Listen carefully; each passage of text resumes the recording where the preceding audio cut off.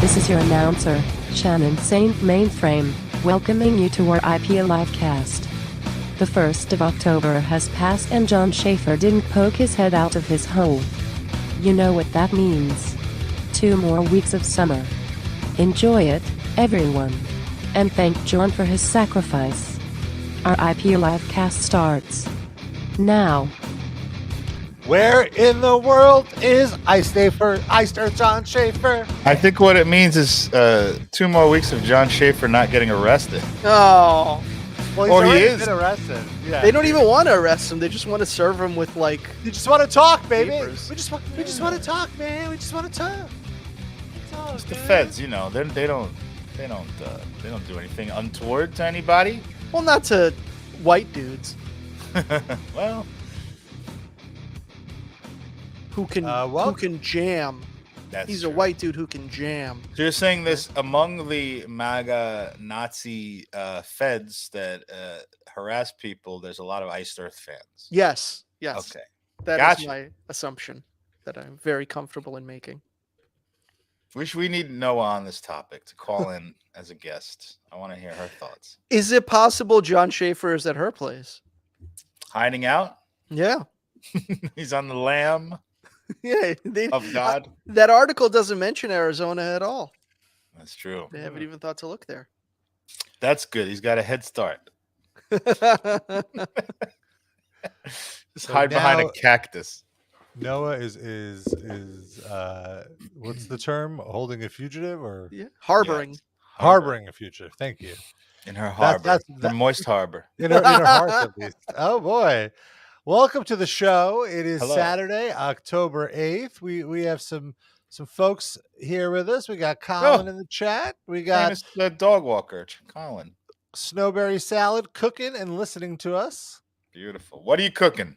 Yeah. And, I'll ask for Sid because I know he's going to ask that. Yeah.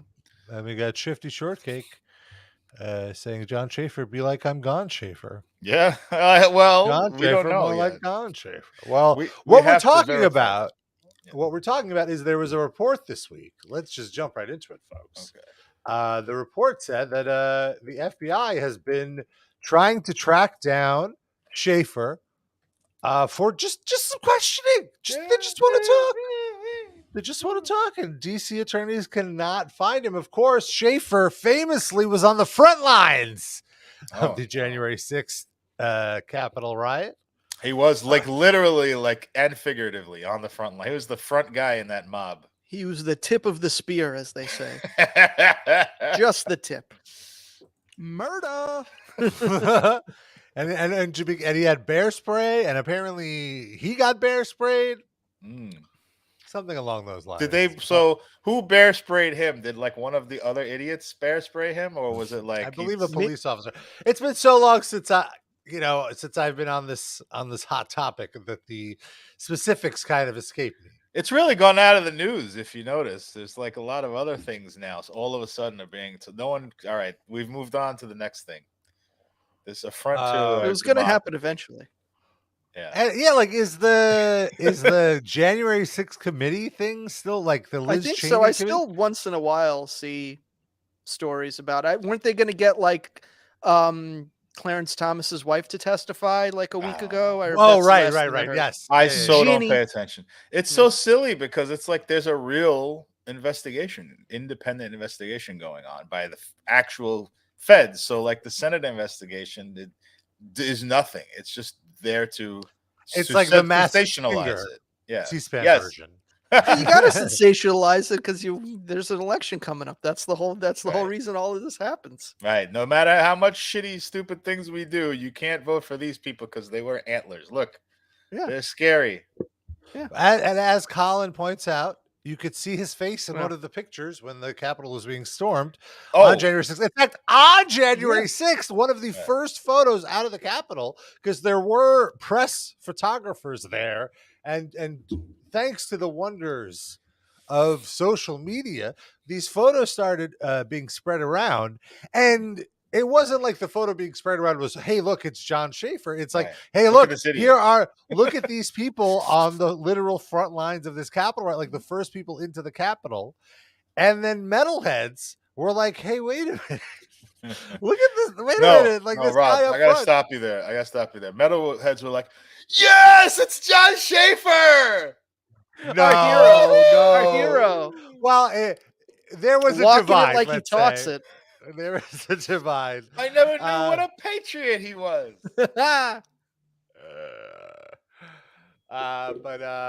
Yeah. So then he was immediately called out by narcs like you fucking journalists tattletale. such as myself, Yeah.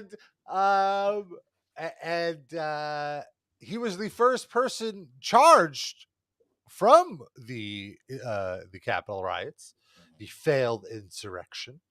And he pled guilty to 2 charges, even though he was charged with 6. And there's been so many great little stories to come out of his experience.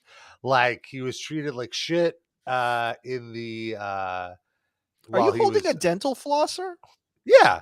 What are you doing? I had a little. He's workshopping a new gimmick.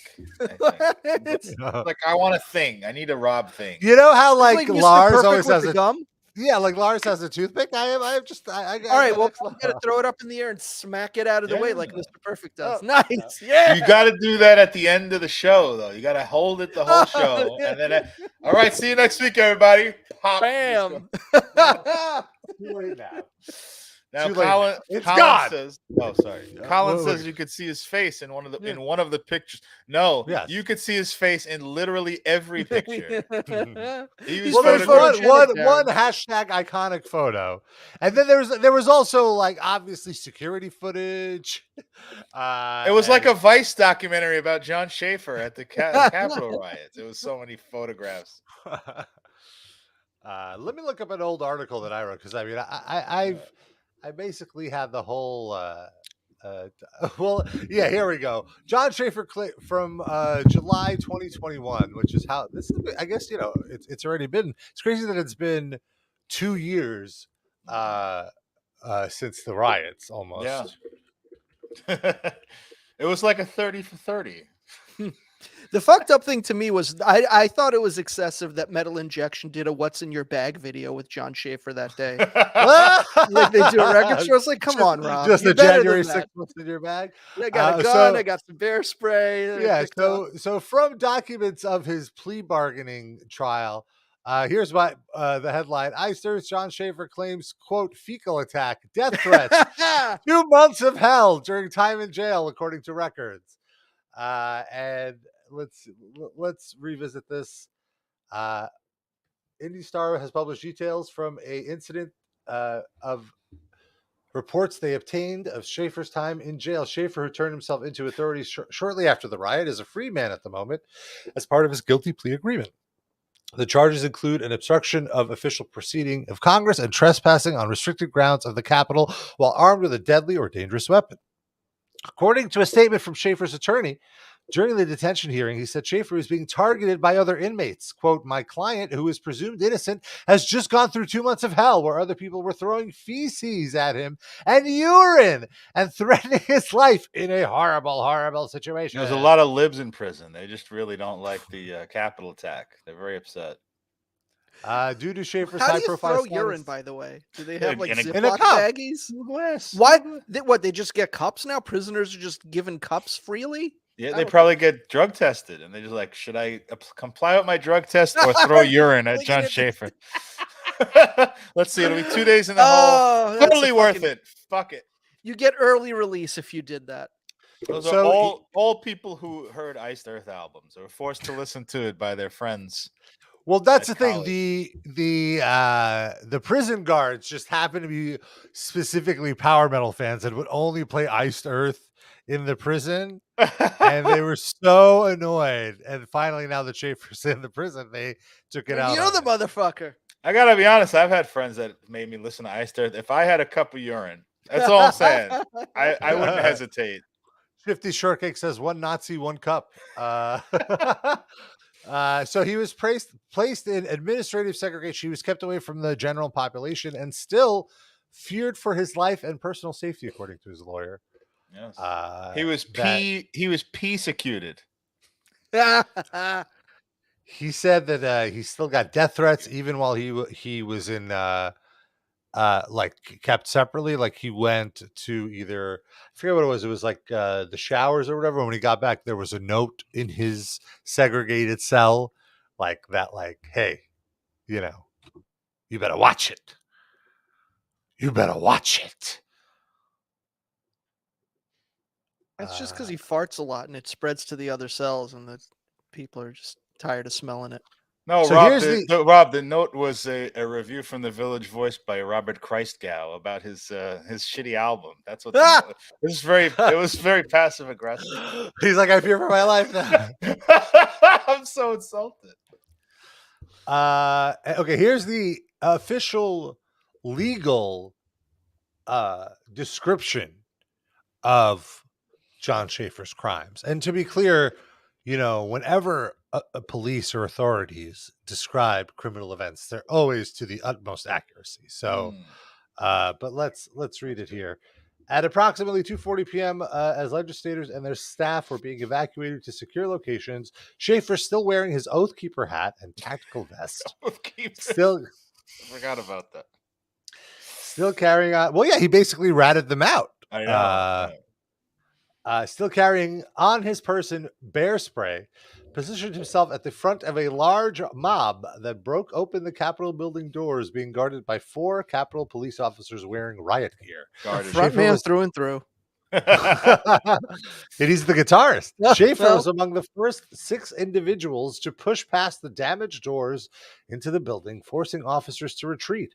As the mob swelled inside and officers were being assaulted, Schaffer and other members of the mob continued to advance while aggressively gesturing toward a row of 5 to 6 backpedaling officers trying to maintain a security line in front of them. Officers' efforts were quickly failed as Schaffer and the rest of the mob overwhelmed the officers, who ultimately deployed a chemical irritant to disperse the mob. Axe body spray. They didn't no. realize that Oath Keepers are impervious to that because it's their that would natural disperse me right away. Axe body spray stings the nostrils. It is a harsh scent. But look at the people that he was standing with. They were all drenched in it probably already. You're right. That would have dispersed you from joining the mob in the first place. Yeah, like walking into there and just smelling all the axe. I'm like, sorry, guys, I literally cannot breathe. I have to go. Shifty says chemical irritant is a great band name. As is fecal attack. Yeah, there's a lot. In this story is just like a wellspring of band names. Schaffer was among those who were sprayed in the face by the irritant. He thereafter sprayed in the face. Another good band name. Or DVD series. Or EP. That's a good EP. Or PP. Fecal attack. Sprayed in the face. Big in Germany. I lost my spot now. Schaffer was among those sprayed in the face by the irritant. He thereafter exited the building where his unholstered bear spray, now in hand, with his unholstered bear spray, now in hand, through the same doors that he had entered through approximately 9 minutes earlier. So he was only in the Capitol building for 9 minutes. When Schaffer unlawfully entered the Capitol building, he was unaware that the joint session to certify the Electoral College results had commenced, and the vice president had announced that he did not intend to stop the certification. Wearing a tactical vest and armed with bear spray, Schaffer unlawfully entered the building with the purpose of influencing, affecting, and retaliating against the conduct of government by stopping or delaying the congressional proceeding by intimidation or coercion. Schaffer admits that his belief that the Electoral College results were fraudulent is not a legal justification for unlawfully entering the Capitol building and using intimidation to influence, stop, or delay the congressional proceeding. He's been cucked into admitting he was wrong. Shame. Just a shame. Stop the cuck. So the current story, the new story, is that Schaffer was to believe. Oh, wait, I'm sorry. The story is that a report by the Republic states that process servers attempting to physically notify Schaffer that the District of Columbia was suing him in federal court over his participation in the insurrection have failed. He said erection. He participated in the erection. That's terrible. They've tried to serve him at least 25 times across 7 different addresses in 3 separate states and have been unable to do so. They say that they think he's hiding either in his residence in Columbus, Indiana, at his home in Orlando, Florida, in Georgetown, Delaware, Crystal City, Florida, or Holy possibly his mobile home in Auburndale, Florida. How much money did Iced Earth make, for fuck's sake? Way too much. Clearly. If only he had participated in some more erections and less insurrections, he might not be on the run right now. He's on OnlyFans for that. Well, he's got to generate some funds now, you know. The district believes that Schaffer is now hiding from process servers in a mobile home in Auburndale, Florida. So court filings from numerous attempts at the Auburndale address. Since locating the address, the district has attempted to service there at least 5 times, yet Schaffer refuses to answer the door, thereby preventing effective service absent further relief from the court. I don't understand this. Like, why do they have to serve him? You know, and this whole process seems so fucking antiquated and weird to me that it's like the federal government needs to serve you with a fucking lawsuit or whatever. And it's like, oops, he never answered his door, so I guess we can't. He doesn't know. Yeah, he doesn't know he's being sued, so we can't sue him. Like fucking email him, send him a voicemail, and be done with it. And then life goes. It's just so weird that this is still how this gets done. Are we the only country that does it this way, or is it like this is the way it is everywhere? This is fucking wild to me that it's like, well, we're the feds, but, you know, the guy won't open the door. He peeks out the window and waves, but he won't open the door. So we're out of options. We have nothing else. What should they do? Like break his door down? I'd leave it at the door. Fucking tape it to his door and be done with. Like, I don't understand. I'm assuming they do tape it to your door and they leave and then he just says, fuck you, right? I mean. No, I think it needs to be actually handed to the actual person. Oh, it's fucking wild to me. That's. But I'm saying they are taping it. He just then doesn't like he doesn't have to respond until they hand it to him in hand. They can't technically start the trial because it could be argued that he didn't know he was being. But sued, right? This is an ongoing process. They know who his lawyer is. Can't they just be like, "Hey, lawyer, this is what's going on with your client. Now it's on you to tell him. Thanks. We're proceeding." Well, I'll be the dissident here. I like the as many things as we can do to make it hard for the feds to arrest people. I think it's a good thing, even though it's someone who I don't particularly care for, like Jon Schaffer. I guess for me, it's not that I want it to be easier for feds to arrest people. It's just it seems like such a stupid process. Sure. To begin with, That's good. I mean, they have so much power to fuck with you. Let them have one thing that they're hamstrung on, you know? Yeah, it's just hilarious. Shifty giving them some ideas, saying find a bald eagle and deliver it by talent. It's pretty metal. I think Schaffer would accept that just because of how metal it is. Just how patriotic, you know. Yeah. He has to. I don't want to go to federal prison, but I gotta concede that's very metal. Yeah. Okay, lock me up. Such a majestic bird. But also, if there's an eagle knocking on his door, patriotically he must answer. It's freedom knocking. That's part of the oath. He's got to keep it. What if they turned an eagle and he's now working for the Kremlin? Oh no! Oh no! Vladimir Putin. You got to listen to how it squawks. Does it squawk with an accent?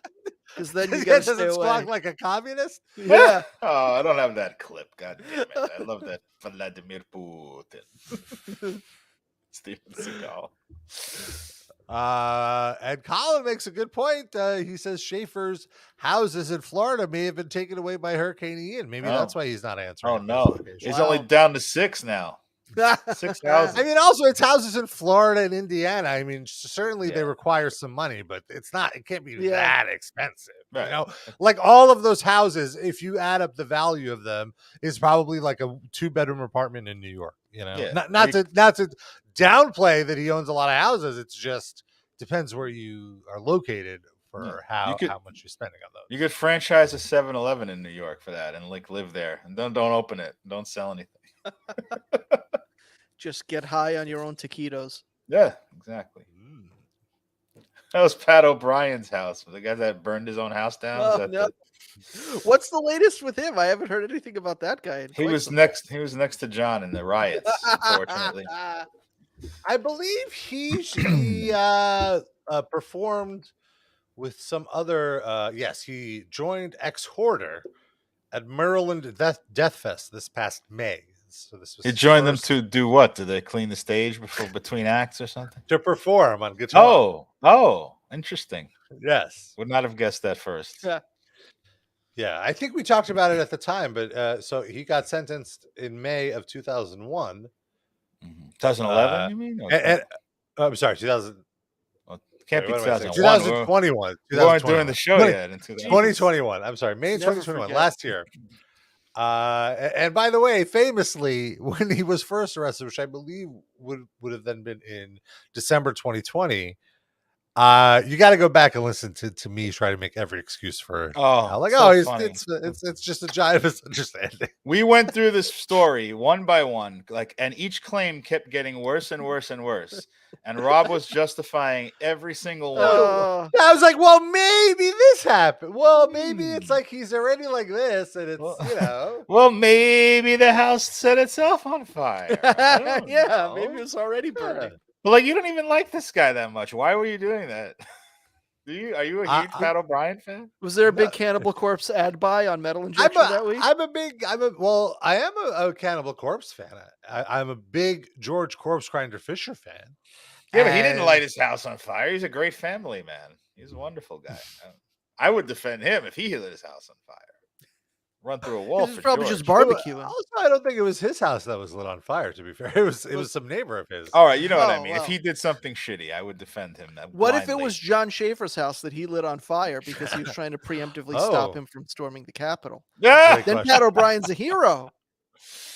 It's a giant misunderstanding. Like I said.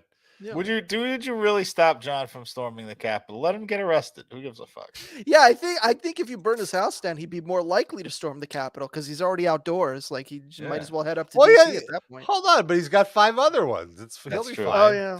But look at how much comedy we got. That's the guy to be. Besides this show, it's just like the funniest day in American history. I feel like it's like everybody involved in it and everyone reacting to it.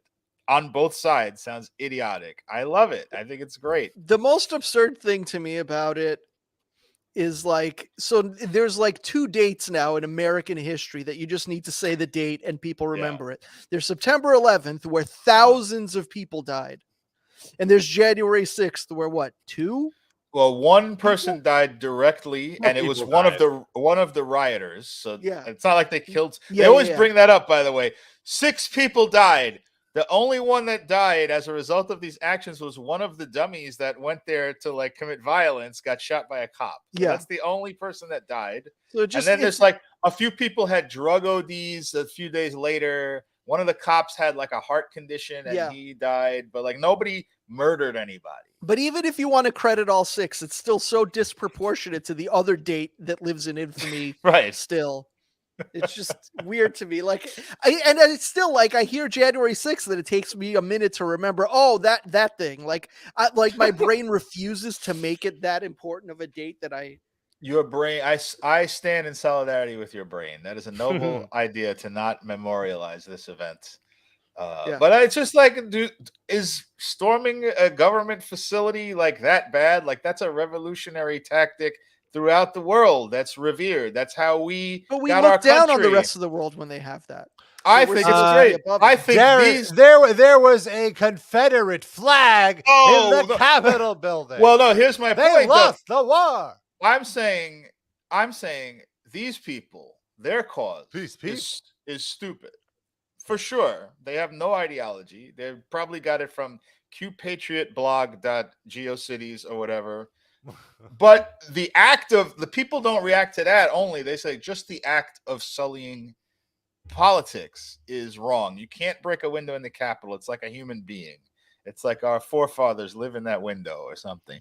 Get the fuck out of here. I don't know. Yeah. I mean, that's what people should always be revolutionary minded.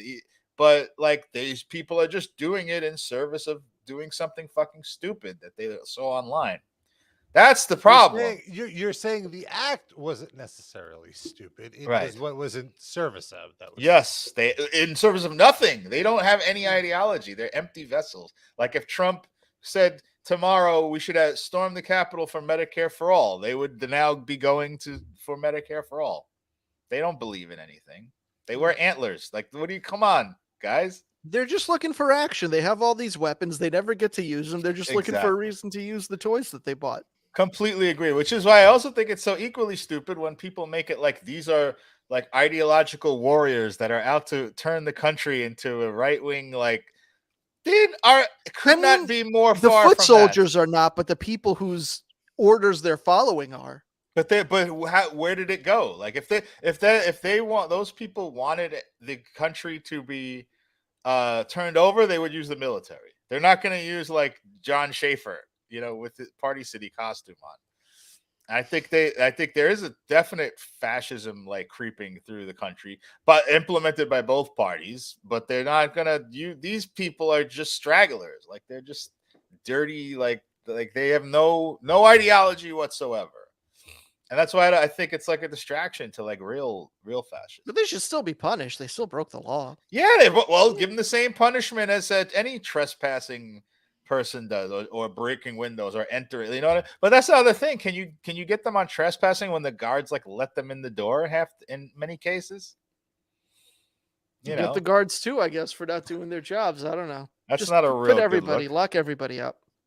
Now that all these marijuana offenders have been pardoned, there's more space in the jails. Have they been pardoned? I thought that that seems it's in the rhetoric stage still. No, I don't know. They haven't been pardoned yet. No, but they're going to be.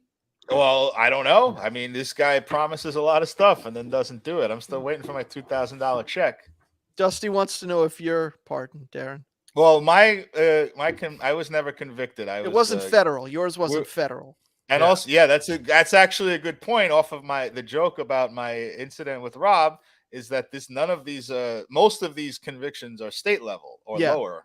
I think, what did they say? There was only like 6,000 people that would be impacted by this pardon. Yeah, but that's all the power he has right now. Yeah.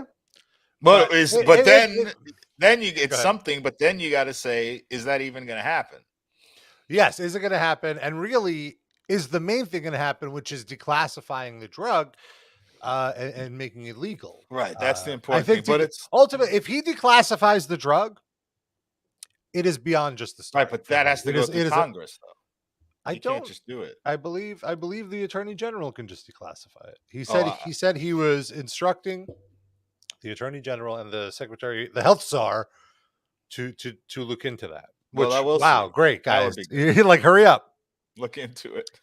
But if that does happen, that truly is a massive step, and then because then that would allow for more medical research. It would allow for funding for research. It would allow for these businesses to then be able to open bank accounts, because right now no bank wants to touch the weed money. Really?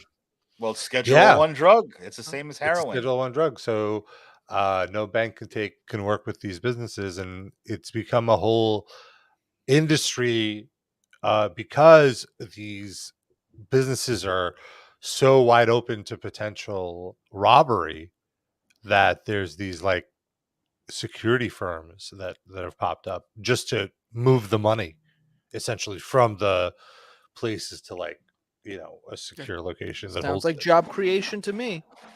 But this is my thing. It's like if you're the president, right, and you believe it's a good thing to do all this stuff, why don't you just do it? If you have the power to do it, why are you making an announcement that in the future we're going to do this, A, B, and C? Just fucking do it. You tell your fucking Attorney General, hey, we're declassifying marijuana today. Get on it. And if it's not done by today, you're fired. Why don't you do something like that? This is big tough talk. We're going to do this. I mean, like, and didn't he say he was going to do this? Like, this was one of his. Yes. Take it easy. What they did, OS for life. That's one of his things. Yeah, like one of the $2,000 checks, and I mean, there's a laundry list.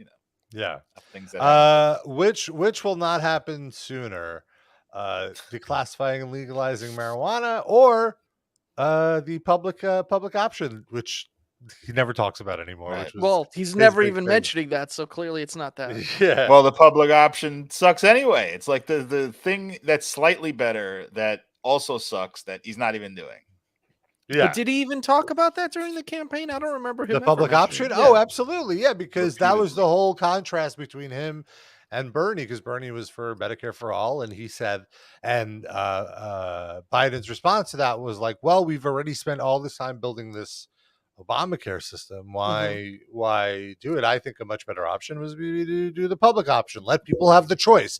They keep their health care, or if they can't afford it, we'll provide it for them. That was his whole. Why have something good when we spent 10 years building something horrible that hurts people? Let's just keep that and add a little tweak to it. Well, does it hurt people more than what was there before?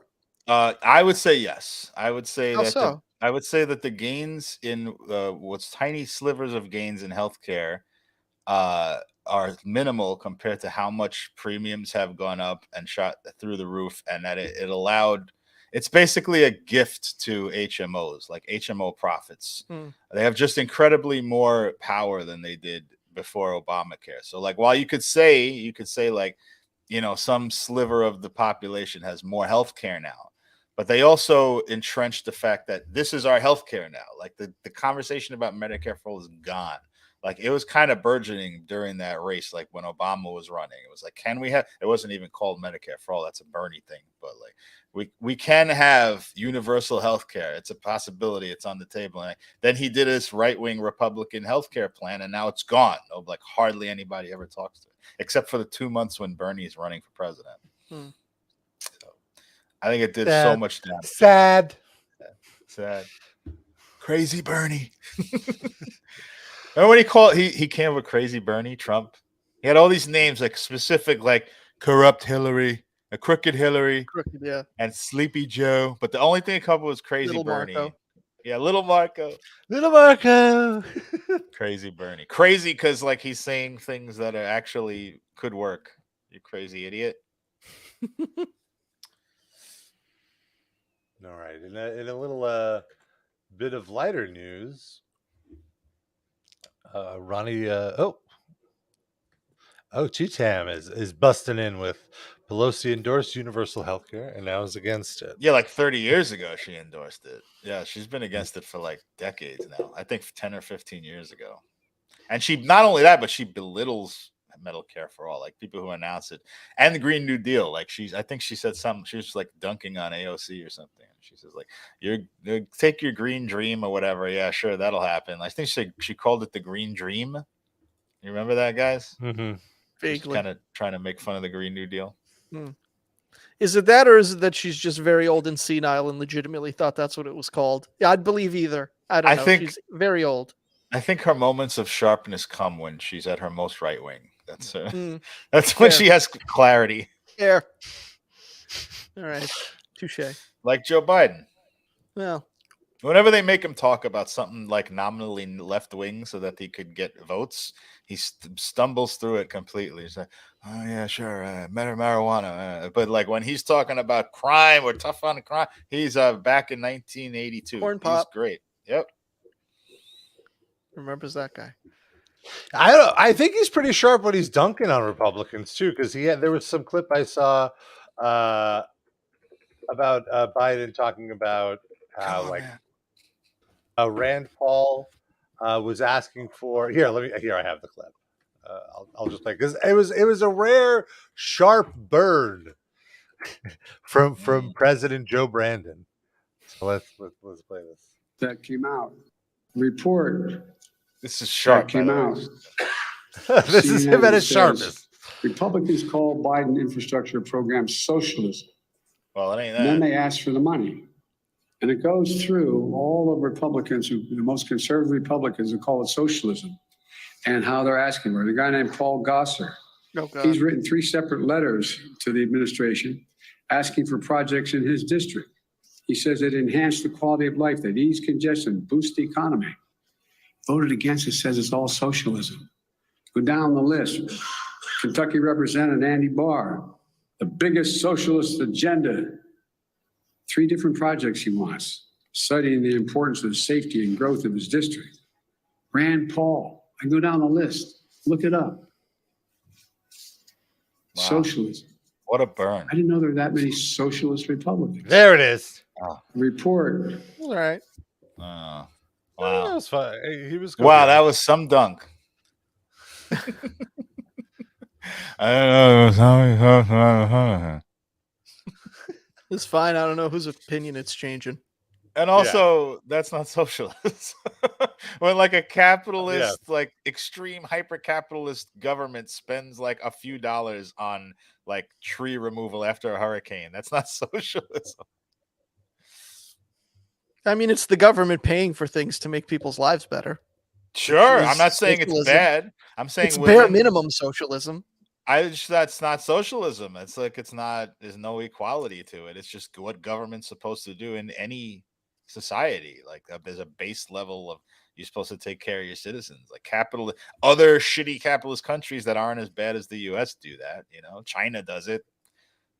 UK has healthcare. You know, they're not socialist. China. That's very good, Rob. Wait, we're saying China's not as bad as the U.S.? As far as I would say, as far as taking care of its citizens, I would say yes. All right. In other words, their economic health, which is what we were just talking about. All right. In other ways, I would say neck and neck. I don't know. Human rights, not good record. I mean, we're not putting Uyghurs in concentration camps currently. No, I mean, we have. You could say that we're putting. But after they get out of that concentration camp, free health care. They can just go. Do they get out of that concentration camp? If they get out of there, okay, it's like Squid Game. There's a prize at the end, but you're likely not making it to the end. So the United States does not have a great record on human rights. Let's put it sure, but like, I mean, the whole world doesn't have a great record on human. It's a very low bar. I am not arguing in favor of China's human rights record. But I think also the image of China is greatly exaggerated to the negative if you live in the United States. I think it's somewhere in the middle. I think they do some shitty things that should be criticized heavily. For sure. Of course. I'm on record saying that. Huh. So to lighten things up a little, go ahead. Let's talk about the new. It's my thing. I thought that was the toilet plop sound effect. It's very unpredictable. Sometimes I flip the top and it makes no sound at all, and sometimes it makes a big boop. So let's hear it again. Well, now it won't because I think the air rushed out of it. But say a little one. I should have muted. I apologize. No, a little bloop. All right. Well, the feud of the moment. And by the way, huge credit to Blabbermouth for this incredible headline. It says, quote, idiot Sebastian Bach and quote, dummy Ronnie Radke exchange insults in Twitter feud over use of backing tracks. So this is what they called each other, and they're using that for the headline. Okay. Yes. Got it. And so man, he just looks more and more like Drew Barrymore, Sebastian. Yeah, I can see it. It's amazing. And Radke sort of looks like Travis Barker. Oh yeah, like it's just with hair. Mm-hmm. No, you don't see it. I see it. Not a dead ringer, but I see it. I see what you're going for. Thank you. And so the way this drama started, Falling in Reverse, they're a metalcore band, and Ronnie Radke, he's a controversial shitposter, I would say, in the sense of like he's very online. He hits back to pointless criticism that like other artists would typically ignore just to stir up. I mean, I don't know if it's just to stir up headlines, but it ends up stirring up headlines. That's kind of his vibe. And also for AEW fans, he is the fiance of recently debuting Saraya. And so Falling in Reverse, they're a metalcore band. I guess they canceled a few shows recently because they said 2 of their laptops were lost in the mail, or they were like the luggage with their laptops were lost. And so they couldn't give the full presentation of their performance and thus decided to cancel. Somebody had a coke hangover. That's what actually happened. They blamed it on laptops, not a riot. You blame it on the USPS. Well, in the defense, these songs are layered in such a way, they're so overproduced and layered that, you can't have 20 musicians on to, I mean, you can, but they would make no money. Yeah, So you have to it's pay them. yeah, you'd have to pay them. So to avoid bringing that many musicians on the road, some of these more superfluous instruments, they just play on a backing track. Well, And perhaps so- you misunderstand me. I do not deny that if, in fact, 2 laptops were missing, it would seriously hamper their show. I'm saying I don't believe that they lost 2 laptops. I'm saying see. they didn't feel like playing a show that day. I see. And blamed it on laptops. I Also a sort of feel possibility. like the image that he goes for, he'd rather blame it on cocaine because it would make him seem cooler Yeah. than this nerdy. Also, like, do we not know by now to back up everything to the cloud? Like, the laptops are the only places that this stuff is stored? Well, if it's if it's these like high res audio files, they end up being pretty big. I don't think it's like hundreds of gigabytes probably if it's the whole show. But you're like a major touring band. You can't afford that storage space? I agree with Come on, you. guys. Come on. I agree. Well, you might as well just pay the musicians then if you're going to do all of that. I suppose. So anyway, this leads to a whole back and forth, and I guess let me just give me a second to. So it started with Eddie Trunk. As most important things do.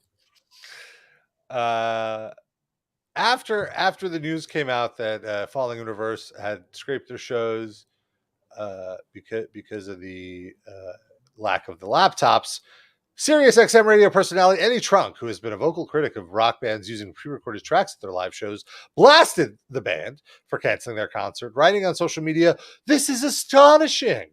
First I heard about this, I thought it was a joke to wind me up.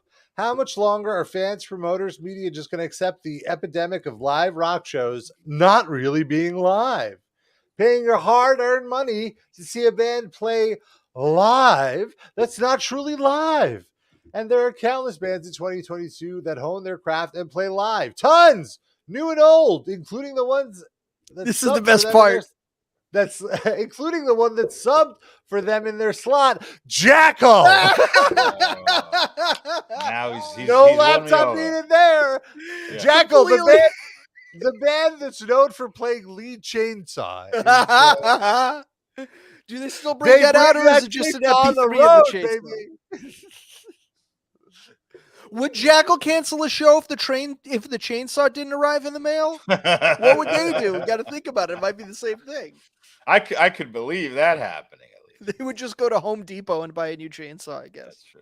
He goes, some of them in their slot, Jackal. No laptop needed there. Just Well- a chainsaw. Well, Hold on. Jackal is on a lower money scale probably than Ronnie Radke or whatever. So, like, I feel like they might put the chainsaw sounds in the cloud somewhere to save money rather than buying a chainsaw. I believe that more than. Well, the no, other they thing. keep the chainsaw around because during the day before the shows, they do landscaping work to make extra money. They'll cut down a tree stump for you. and Or a so- trunk. Cut down a trunk. Nice. Ew. So then Trunk concludes, this is just unreal, but at least I give them credit for being honest. Wow, I'm closer than ever to launching my own band, and I can't sing or play a note. Simply amazing. Was that really the case in most cases? I mean, probably somewhat competent musicians. It's Yeah, I- like he can sing and the band can play notes. It's just they want layered tracks. Anyway, so Radke took to his Twitter to respond to Trunk because, of course, he did. This is what he's going to do. Right. He says, Eddie Trunk, so you want to talk hella shit about laptops, but go watch Kiss lip sync? And in Eddie Trunk's defense, he's Touche. very critical of Kiss lip Oh, really? syncing. Oh, Yeah, I wouldn't have thought that. Which is, I believe he said that like last time Kiss played, they took him off the list because of how much he shook off the lip How dare you? Yamach Shamo, may your name be eradicated. Oh So my you want to God. talk hella shit about laptops, but go watch Kiss lip sync. Steven Taylor Steven Tyler, I'm sorry. Steven Tyler plays the piano. Then halfway through the song, he stands on top of the piano while it still plays. Yet here we are acting like they don't all use tracks, you fucking idiot. Literal moron. A literal one. He went and got the clinical test for moronism and applied it to, It's a applied it to the PCR. trunk. He also shared a video trunk introducing Sebastian Bach's solo band at a performance, and he included the following message. Eddie Trunk introducing Sebastian Bach using tracks. Both of these idiots talking shit about me using tracks. Can't make this up. A short time later, Sebastian Bach fired back, wow, dummy. Are you trying to say that you believe I use tracks on stage? Eddie Trunk, how fucking funny is this? Radke then responded, there's a fake audience cheer in your intro tracks and also fake drums. The fuck you mean? That shit isn't real. You're using a fake audience cheering you as you walk out on a fucking track. Hence, you're using tracks. We'll play that video in a second.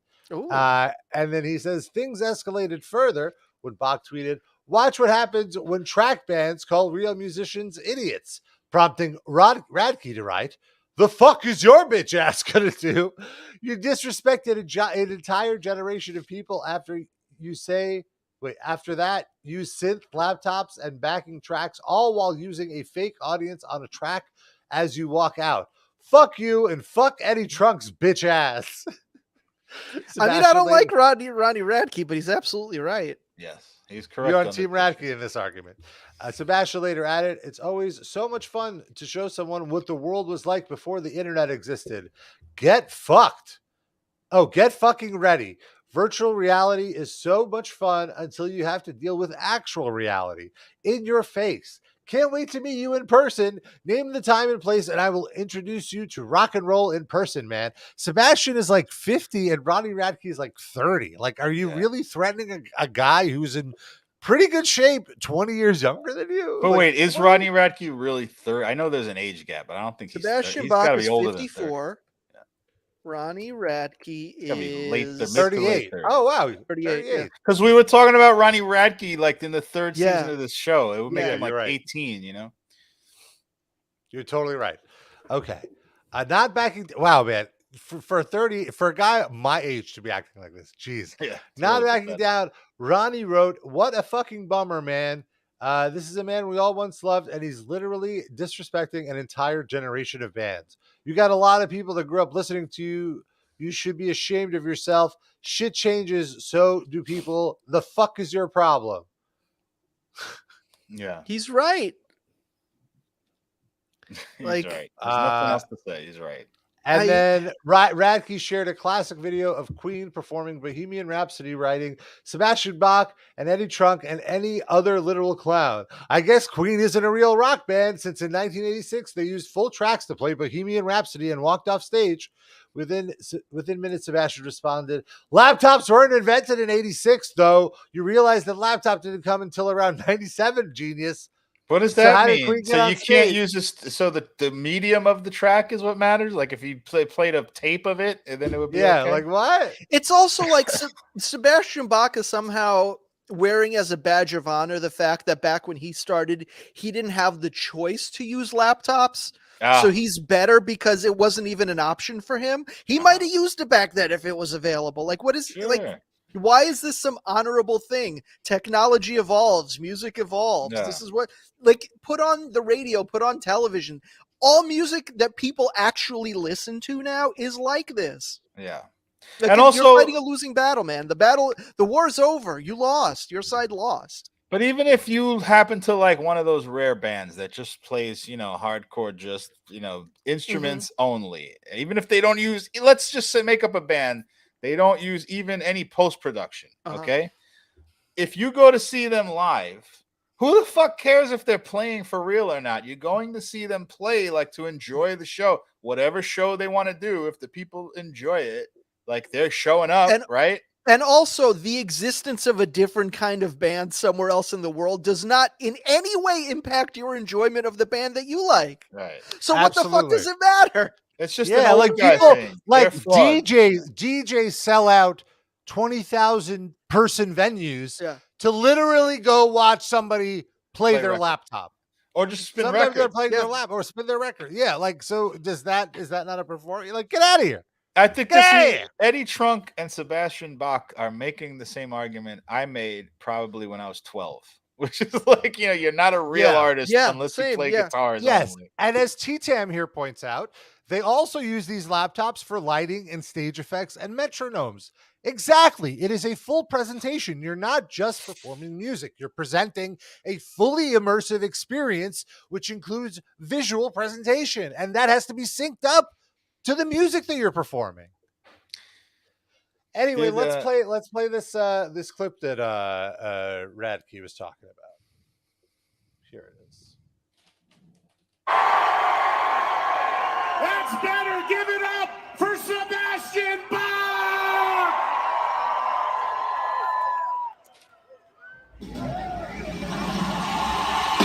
To be fair, this is a track. He's absolutely coming out to a track where there is audience cheers.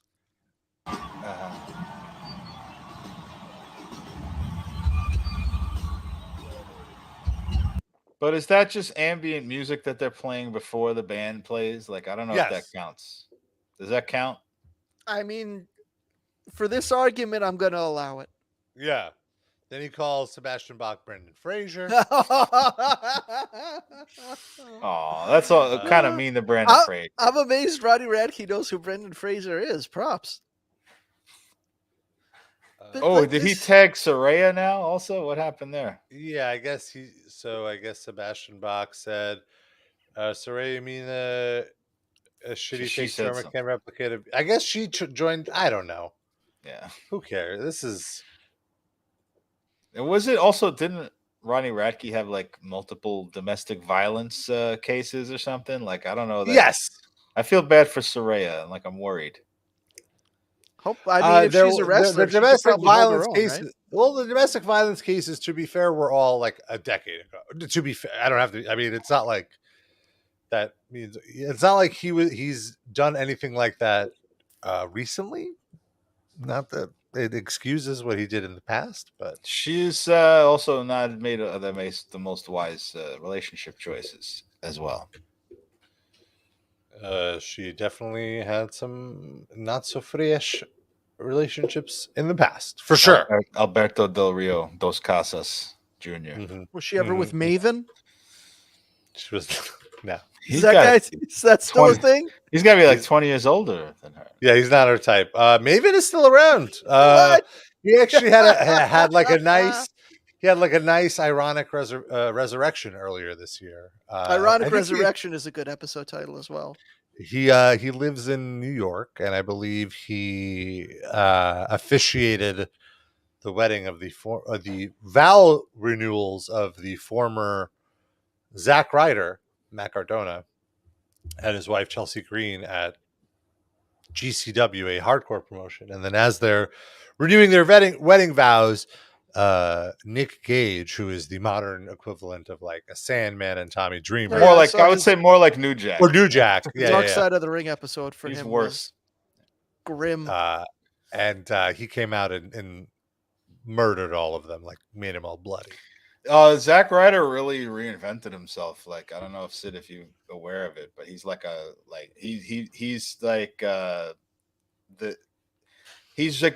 he's done a bunch of hardcore stuff and like just gave himself like a new name as a crazy, like rough, like tough worker. I don't think I know who he is in general, so I don't know. Really? I don't think so. I thought that was long enough ago that you might have been still paying attention to. He did like a Snooki, like a Jersey Shore type character, but he was from Long Island, but same thing. And what was the name? Was it still Zack Ryder? That does not ring a bell. His real name is Matt Cardona, right?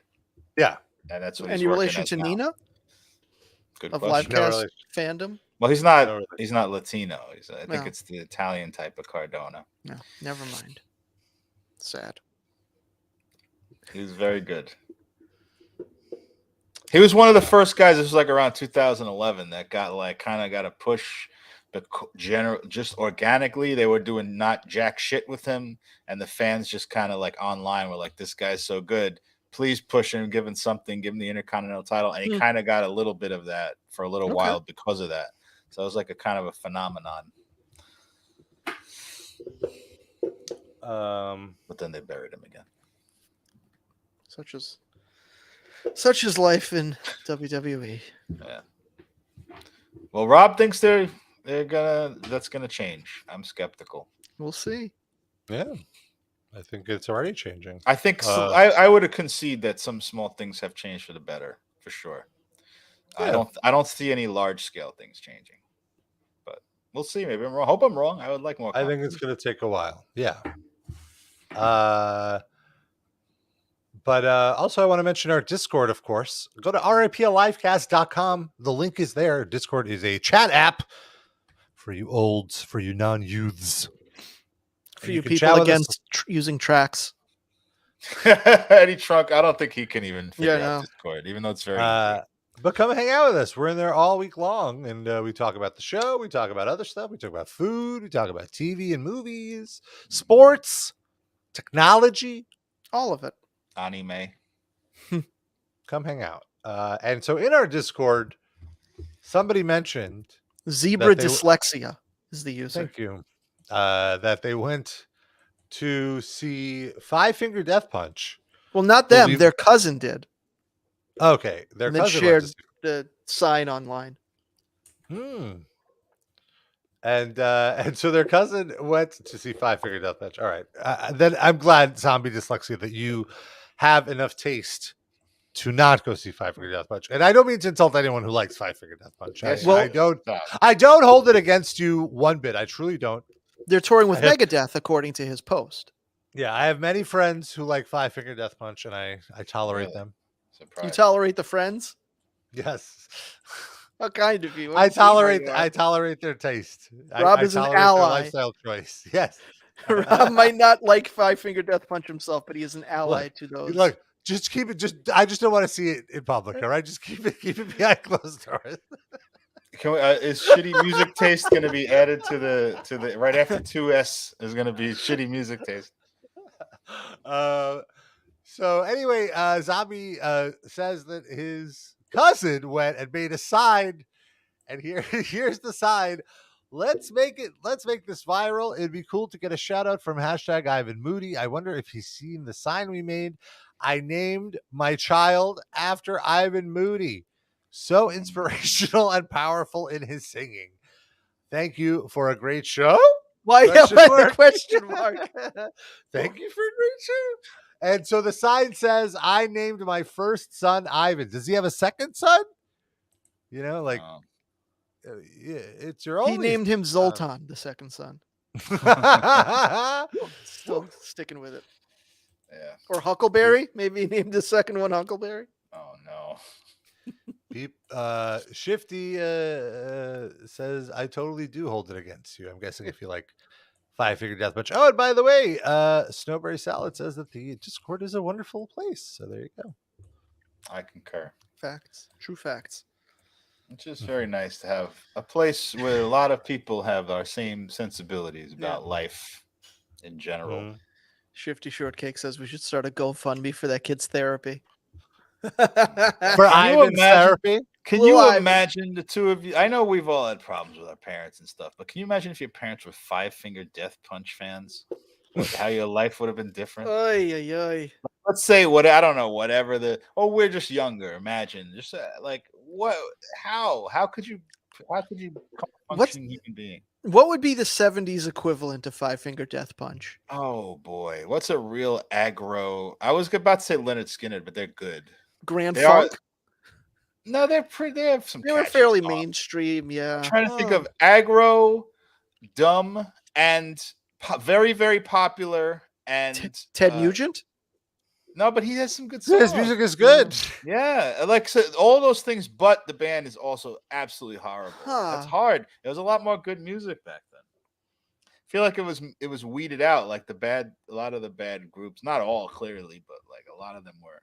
CCR, no, they were great. Come on, and that's 60s. Let's ruminate on that. Maybe we'll come back to it by then. I'd say Kiss, but yeah, they're so popular that. Yeah. And again, Kiss is not bad. Some good songs. They do have some good songs, but that's getting closer. I feel like Maybe Later Kiss would fit that. Yeah. No. But that one say they're not as aggro. There's some like love songs and stuff. Tough. It's a That's a tough good one. question. Good question. I think we just like didn't know enough. There just were fewer bands in general, Uh-huh.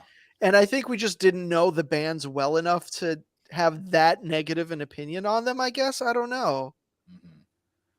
Yeah, It's tough. that's a God, good question. gotta be something. But yeah, to your point, at least Ivan is a relatively agnostic name, you know, like Zoltan. Like if you named his son Zoltan, Yeah. that would be bad. Or if you name your You kid know, Radke, that would be Radke, really yes. Ronnie at least is okay. You know, it's passable. No one would know. There are some friends of mine, and I'm not going to say the names. Uh-oh. But name their children after the last name of certain musicians, and I'm just like, why? Why are you now doing I need this? to know who what. I'll tell you off God damn screen. it. I'm not gonna shout them out. Wonderful people, but no. And by wonderful people, like this is a common theme now. You know, now that I'm 39. And a good portion of the people that I grew up with now have children. And some of these people, like I haven't seen them in a decade because they've had children. And it's just so crazy to see like the completely normal photos of them being very responsible adults with children who look like they're, you know, well dressed and showered and, you know, like not you know, like Rob like picturing children in the shower. no, stop it. That's not what I mean. I just mean they're such an asshole.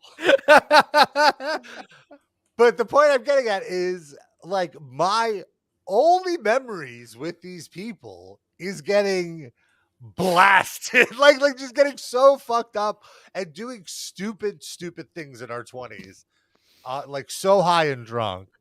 And it's like if only you knew what your parents did when they were kids. But that's I'm probably sure that's probably everyone. everybody's parents. Yeah. But, You just hope that they outgrow it. Some people, like the kids, don't have to imagine it because it's still happening. You know. right. Very true.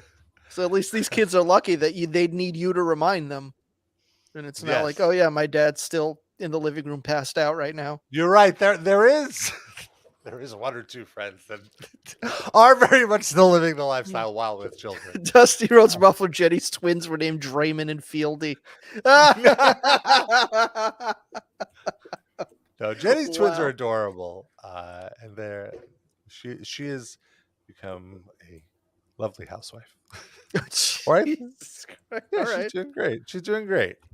When was Does the last this- time you saw her or talked to her? I haven't seen her in a while, but I talked to her occasionally. Okay. I Does the talked to her foot, like a few the, weeks ago. the foot pussy take care of the kids when she has a outing or something? She has retired that aspect of her life. Her husband has a name, Darren. Be respectful. Her husband is not referred to as a foot. She lets him be the dom. Oh, is his name Dom? No. It is now. And If how she dare lets you, Shifty Shortcake, saying, Rob giving us insight into his personal hygiene here. When did you last shower, Rob? I last showered like shortly before the show. So Yeah. there. In fact, I can vouch for this because I wasn't there. We came on the stream before starting, and I said his hair had a nice gloss and shine to it. Me and he Darren said- both individually pointed it out because it was That's the way you know how, like, my hair is at a point now where you can tell how recently I showered based on how frizzy it is. The more frizz, the more distant away from a shower I have become. You poor thing. All these hair troubles you have. It's so hard. It's so hard having a full head of hair, guys. You know what I'm talking? Oh, you don't. No, you know what? I don't like making that kind of joke because I Why? don't want to jinx it. Well, I you're don't- old enough I don't already want- where I if don't you want lost to your hit me. hair, it'd be normal course of a male life. You know what I mean? I don't know because I feel like my. I don't know because I feel like my dad had a full head of hair until like you know his mid. But doesn't it come from like your maternal grandfather? Is that true? I thought. So yeah, like he ended up like from my memories of him, he had like a bald spot in the middle of his. I guess he had hair in the front. He had a bit of like a comb. But over. like, how old was he by that point? Yeah, I don't know. I'll have to ask my mom. By the way, I can debunk that, Sid, because from personal experience, my maternal grandfather had a thick bush of hair, Oh, and he actually that he was a very actually- pregnant pause. he actually looks exactly like me. He looks exactly like me. except He with a looked full head he's of hair. dead, but yeah, he had a full head of hair until he was about 70, Oh, late God. 70s. And we're sure it wasn't a piece. I'm 100%. He lived. Okay. Hey, I saw him walking around, just not prepared at all. Well, My grandfather didn't molest me, Sid. Stop making those faces. you said full bush. Yeah, I did not inherit his head of hair at all. Or his molestation genes. Oh, come on. He's a now. very good looking man and an athlete. He played in the Brooklyn Dodgers minor league system. Oh shit. Oh wow, that's Yeah. awesome. Very good man. Not really a good guy. He's kind of an asshole. But Yeah. he's a very, very good looking man. Yeah, my grandfather was a very attractive man as well. Neither of my grandfathers were fuckable. I'll see if I can dig up I think I have a picture of my maternal grandparents, and I'll show you. They were basically a hot power couple. Yeah, my grandma always kind of had like a butch vibe to her, so Yeah, not my style. I had very ugly grandparents on both sides. They're just like they look like anti-Semitic memes. Oh no! All bald. Both grandpas full bald, not one strand of hair on their heads. Yeah, sorry. Just like the hook nose moneylender meme. My Bad grandparents genes passed down generation to generation. Oh, my grandparents look very Jewish, but like they don't look meme-ish. They just look like you can tell they're Jewish, but No. not they don't look like the hook nose guy. my I don't really know. I haven't seen too many photos of my paternal grandparents, but young photos of my maternal grandparents, they just look like Eastern Europeans. They don't necessarily have the stereotypical Right. Jewish look. Mhm. But what was I going to say? Do we want to talk about this Great British Bake Off Oh yeah. controversy? Oh yeah, before the show, Darren, you were kind of talking Yeah. about Mexican food. We were talking about Mexican food. Yeah, well, one of you I think just ate Mexican food. Yeah, or I'm going to have some for lunch. So we got onto that topic, and I was like, I don't even know if I want to mention this on the show, but I'm kind of embarrassed because I've learned later in my life, you acquire tastes, or you refine your taste, so you understand it better, what you like and what you don't like. And I feel like I've reached a point where I can say that I like the white cultural appropriation version of Mexican food more than I like traditional, authentic Mexican food.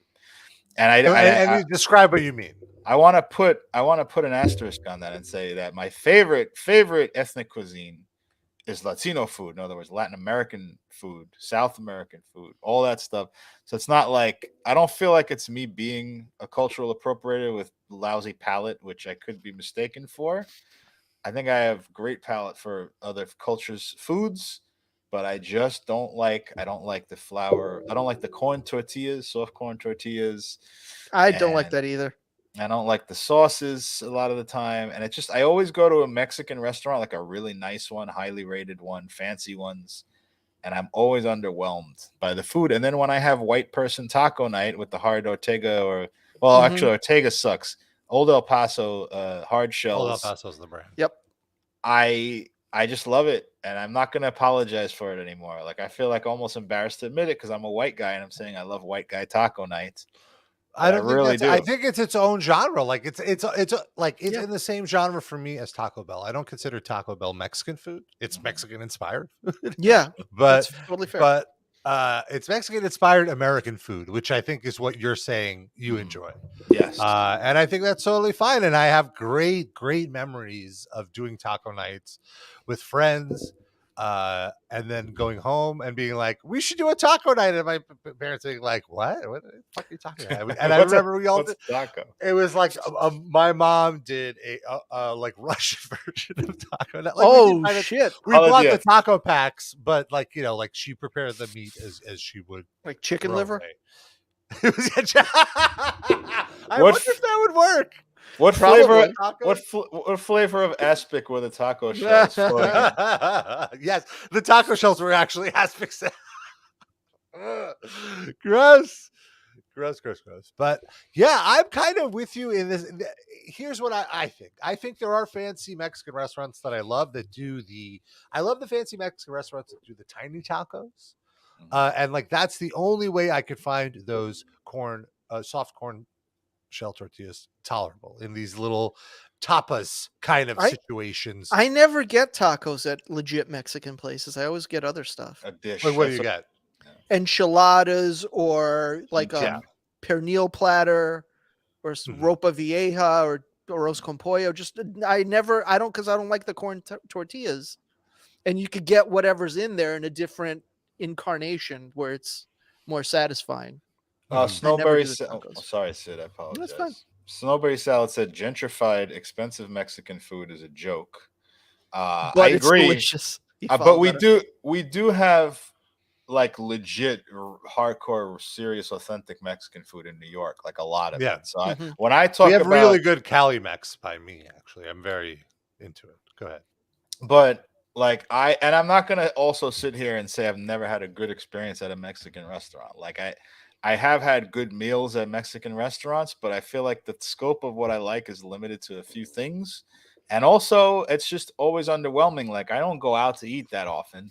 So like I want every time I go to a restaurant to be a chance at being amazing. And I feel like the ratio of times when I've been to a Mexican restaurant and I've been disappointed is sort of more than most other genres. So I'm sorry. I like 99-cent tacos for, making my own, and that's it. I'm into that. What I like about the taco culture and these taco places is I find that it's a good way to do sampling, because a lot of it is just the taco is a vehicle to distribute the way they cook their beef stew or whatever. Like I love those kind of tacos when it's a little more experimental. But the platters with the beans and rice, I agree. It's like a little underwhelming. It can be underwhelming. I was going to say Shifty Shortcake said, I feel the same way about Indian food here in the UK. Sometimes I just want a white person version of it. Not at all authentic, but some decent flavors too. It's only annoying when people assume it's authentic. Yeah, as long as you're honest about the experience and what it is that you like about it, it's fine. Like for me, I think a big part of the reason that I still love the old El Paso taco night is because it's one of the few food experiences that I loved as a kid. And when I have it now, it's almost exactly the same experience. And the taste hasn't changed. Sure. Where like my mom used to make those taco kits when I was a kid and I loved it. And now me and my wife still have it like every few weeks and it's the same. It tastes the same. And I like it just as much. It hasn't changed in any way. It hasn't gotten worse. They haven't like somehow changed the recipe and it's inferior. It's exactly the same experience. And it just takes me back to being a little kid and loving that shit. Well, and obviously that opened me to wanting to try other actual Mexican food. And without that, I might never have bothered. So it's a gateway food. My mother-in-law won me over to Indian food because she would she's old country Guyanese Indian. So like just straight up serious, authentic Indian and Guyanese food. So I got kind of weaned on curry and stuff. And so, yeah, when I go to an Indian restaurant, I'm kind of a snob about that. Like if it seems like Americanized or gentrified, that's the cuisine where that comes into play for me. Like I want the real serious shit. And if I'm going with a group of people and we go to a less authentic one, I'm okay with it. Like I'm not going to be like, I'm leaving. This is horrible. I'm not that much of a snob. But if I'm choosing for myself, like I want a real authentic Indian restaurant. And I feel like that is the British version of Mexican food. Isn't tikka masala like the national dish of England at this point? Yeah, and like curries, just curries in general. Yeah. I noticed that. Like I feel like it's also street meat. You can get a curry hot dog basically anywhere in England. No. You know what is weird is that I've been to restaurants now. A lot of them don't have chicken tikka masala anymore, or they have it. And then they have another thing called chicken makhani and chicken or makhani. It's like basically I've talked to the people that run these restaurants. They pull you over to the side. It's the same thing. They're Yeah. like they want the people who want the authentic Indian food to have the choice of getting tikka masala without being embarrassed of being an entry level cuisine person. Is that really what it is? Because I've definitely ordered both and struggled to figure out what the difference was. That I've been told by more than one waiter. Because I ask now because that's such a fascinating thing to me. When I see chicken makhani on there, I'm like, is this really any different? And they go, no. And also sometimes it's called butter chicken, and it's the same. Yeah, it's great though. It's good. I love trying all the different spices though. Yeah, sometimes you got to get a little experimental. Yeah, it's all good. Chicken Rogan Josh, or as I used to call it with my friend Seth Rogan Josh. I've had that only lamb. I haven't seen that offered with chicken. They can mix and match. The reason I say that is because I don't eat beef anymore. But most places, unless they're really upscale, will let you mix and match the sauce to any meat they have in the house. So let's play this the clip from Bake Off. Oh yes, everybody was so up in arms about this week. Here we go. So yeah, I mean, even for me, I'm like, come on, like, because I don't know if you watched the Great British Bake Off. Oh, every episode. Lovely listener. I'm talking to our listeners. You should. But, it's great. The man we're about to show here, Paul Hollywood, is one of the biggest snobs about food. I mean, he's the Simon Cowell of the show. I say this lovingly. I love him. I love how blunt he is with. And by the way, the Great British Bake Off, to me, is the best passive reality show you could watch. It is so inoffensive. Mm-hmm. It is so pleasant, heartwarming. And it's a very easy watch, and it really shows how shitty reality competitions in America are, because this one is not at all.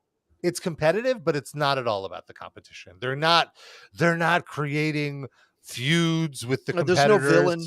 No dramatic music. Yeah, well, the dramatic music is like you against the clock, but all the competitors are like helping each other. Like if one of the cooks is better than the other and they're done early, they'll go to the other place and they'll help the other person finish. And I love that. That's so fun. And so Paul Hollywood, very snobby, all about getting things accurate. And here's how he pronounced. I got to ask a question. Sure. Is his real name Paul Hollywood? I think so. Let me confirm, but I think it is. What a name to go into show business with. That's fantastic. Yeah, it is. His name is Paul John Hollywood. Good grief. And he has the worst pronunciation of pico de gallo. Here we go. Mexican week, Pro. It has to be tacos. Tell me about tacos. You've got a pico de gallo, which is basically... No, you talked over it. Go back. Pico de gallo. Tell me about the fillings then. You've got a pico de gallo, which is basically a guacamole. Then you have the steak and a little bit of cheese, and also refried beans. Paul, could you go back to the image of the taco? So let's explain for the uninitiated. There are 3 challenges in an episode of Great British Baking Show. The middle one is the technical, which they assign you. You all have to make the same exact thing. Yeah, the first and the third, you get to be creative and do your own thing. Yeah, the second one is all about technical proficiency and specificity. Yeah. And so look at what's on the screen right now. There is not a single thing we're looking at that is baked. This was me and my wife's biggest gripe with this episode, that the technical bake challenge involved 0 baking. Yeah. There was no baking. So, like, why is this what they picked? Did you even have to make the tortillas? I guess that's... Yes, but it's on a pan. It's on a fry. Yeah. It's not, did you say tortillas as a joke? As a joke. Some of them did say it that way, though. Yeah. This was a weird one. And also... Shifty Shortcake with a very interesting anecdote. Share that. True story. Every time... Oh, go ahead. Every time contestants look like they're crying out of serious distress, the hosts stand next to them and swear nonstop so that footage can't be used and the person is spared public humiliation. I did not know that. That's amazing. Oh, wow. That's really nice. So what was I saying? Oh, look, like, does this look like a taco to you though? Sort of. What are these? I don't know. Are those cucumbers? I can No, tell that that's it's supposed- guacamole. I can tell it's supposed That's to the be. guacamole. Yeah, Oh, that's just yeah. the avocado. That's just Yeah. like not Yeah. Wow. smashed avocados. Yeah. Okay, and that almost looks like feta cheese, but I know it's probably not. No. And But also it's- refried And also, beans. do they put? I've never had a taco with refried beans in them.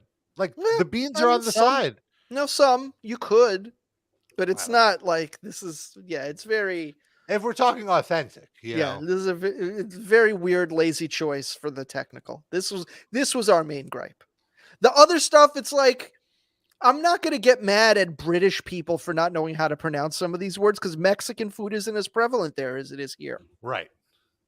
And there's certain Must say, people but- here that aren't even original. They're immigrants to Britain. So like I can't expect them to like be great at a third language. Like I'm not going to give a Sri Lankan woman or whatever grief over not knowing how to pronounce tortilla. Like it's fine. I can't be mad at that. But Paul Hollywood, I'm giving grief to. He should. He's the one assigning this, so he should know a little bit. I mean, he said Pico de Gallo like he was talking about Super Colo, the Nitro Lucha Libre guy. Yeah, that Sounds is. good. Yeah, there's Pico de Colo.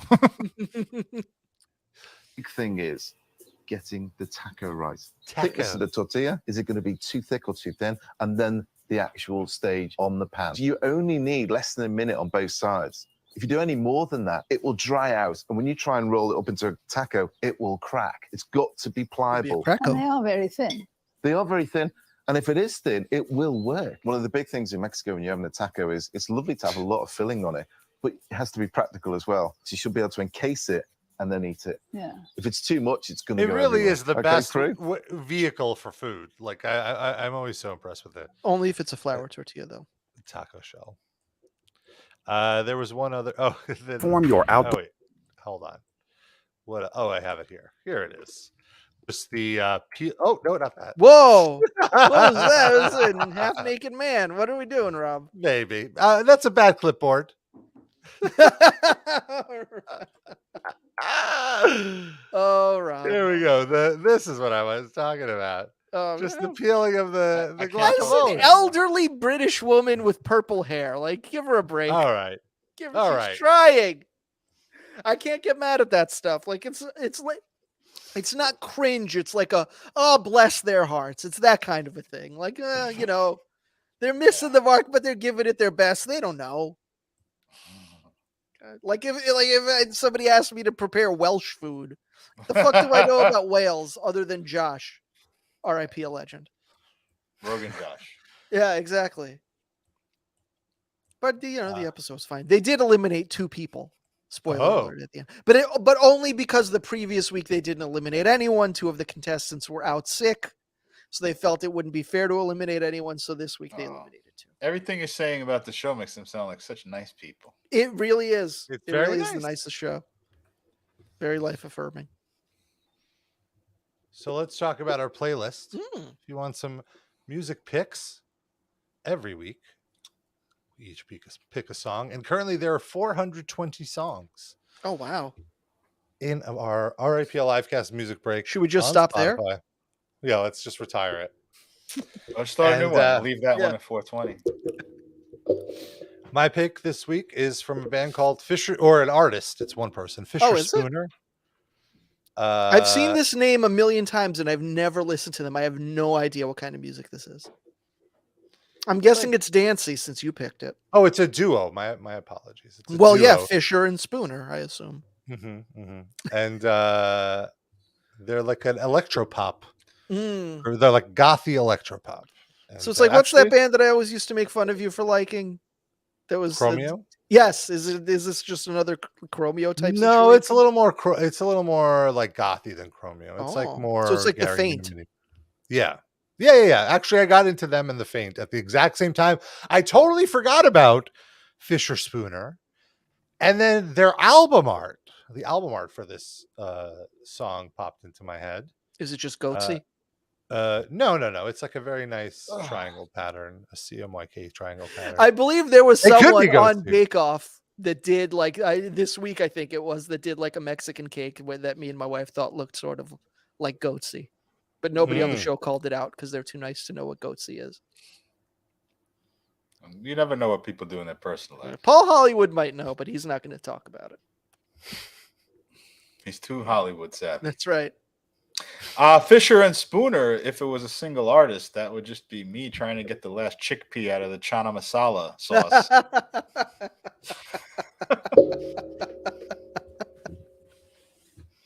Good night, folks. Oh, Tip your waitresses. So what's your pick, Darren?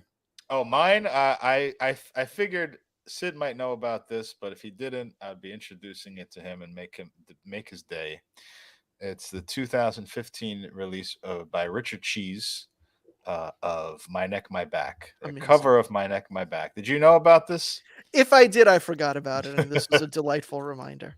Richard Cheese is an artist who does lounge covers, like crooner type covers of popular songs. And this is from an album where it's all his songs that are about, I think it's a compilation of all his songs that are about pussy or like, raunchy songs. I think WAP is on there. Oh, wow. He covered WAP. So this is an older song, but it's like he made a compilation of his dirty songs and put a couple of new ones on, I think. Nice. So WAP is on there, and this one. Highly recommend Richard Cheese and his band, Lounge Against the Machine. Nice. Sydney? I picked the song Rip Off by the band Mama. It's another new band that I got into through my wife playing them in the car. My wife, she's actually going to see them tonight, but they're right up my alley. They are like, if you're a fan of female fronted 90s alternative rock, like the Breeders or Veruca Salt or Juliana Hatfield, this is totally like that. But it's like back when I recommended Jeff Rosenstock all the time, he was great because he reminded me of so many older things that I liked, but none so much so that it seemed like a direct ripoff and I couldn't listen to it. It was just enough of the essence of those things that it still felt sort of new. And this is the same thing where it's not enough of a ripoff of any one of those other acts that it still feels like its own thing, but it just gives me totally those kind of vibes. So it was very enjoyable. Mama, Momma.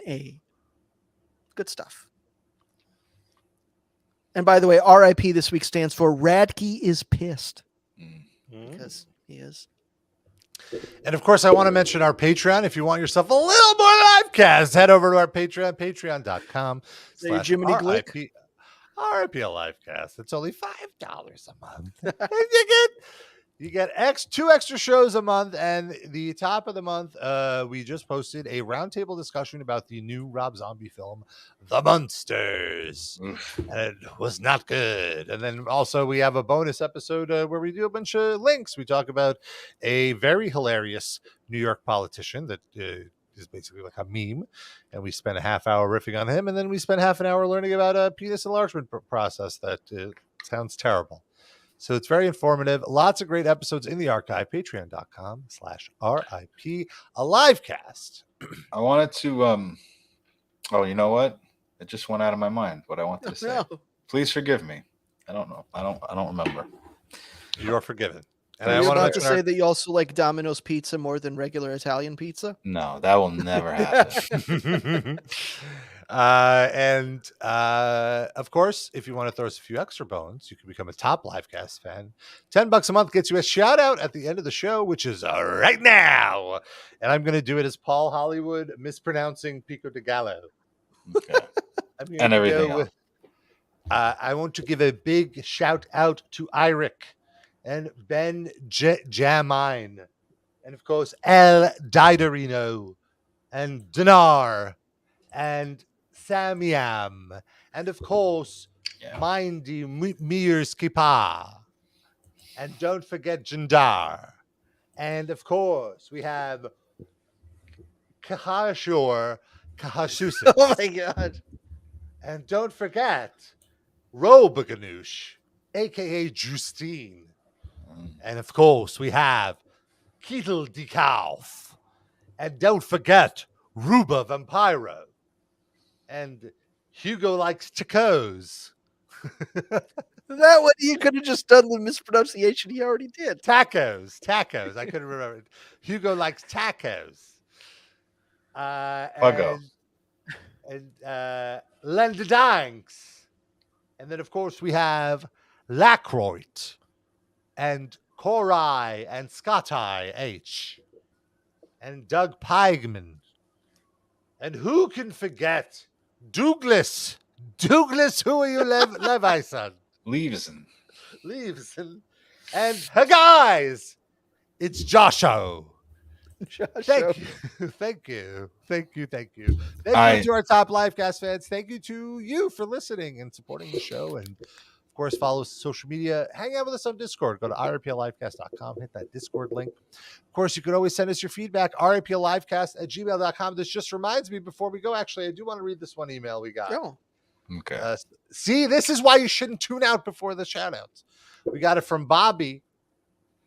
Bobby says, Rob, Darren, Sid, I know this is last minute, but my wife and I have decided to travel to NYC for our wedding anniversary, and we'll That's be him staying outside your house right now. and we'll be staying at, I'm not going to read his address, which I know is far from Brooklyn, where you three reside.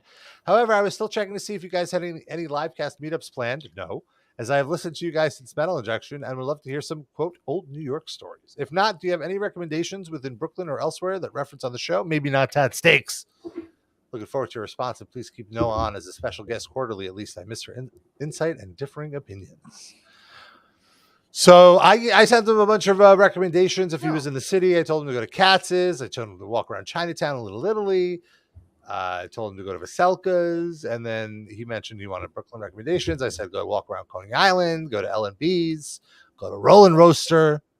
Those are the good, like real New York things to do. If you want to do a good tourist thing that's not lame, find something that's like a walking tour. They have a lot of good walking tours where they walk you around in Manhattan and they tell you this building is this and this is where this war battle happened, and it's very, very interesting. But make sure it's a walking tour. The ones that are buses, those are really shitty and they're done very poorly. So get a good research it, look at the 4-star Yelp stuff, and like get a walking tour. Be a man, do a walking tour. I also remembered what I was going to say. If you're interested, yeah. I saw a good review of the Munsters, and it was by the Angry Video Game Nerd. You remember that guy who James Rolfe? He used to do videos in the old days, like yelling about Nintendo games, but now he has a whole channel where he still does that, and then he does like real stuff as himself. And he said he's like a lot of nostalgia. So he was like, I loved seeing the Munsters. It was like a mixed review, but it was like part of this is like very charming, and this could have been better, and that could have been better. But it was like overall, I really liked it, and I'm like, I was shocked because I feel like he has good taste. Couldn't believe it. That'll be what they put on the VHS box when they release this for home viewing. And thank him profusely that he said it. Oh my God. All right. Thank you for tuning in, folks. Kisses. Love ya. Bye.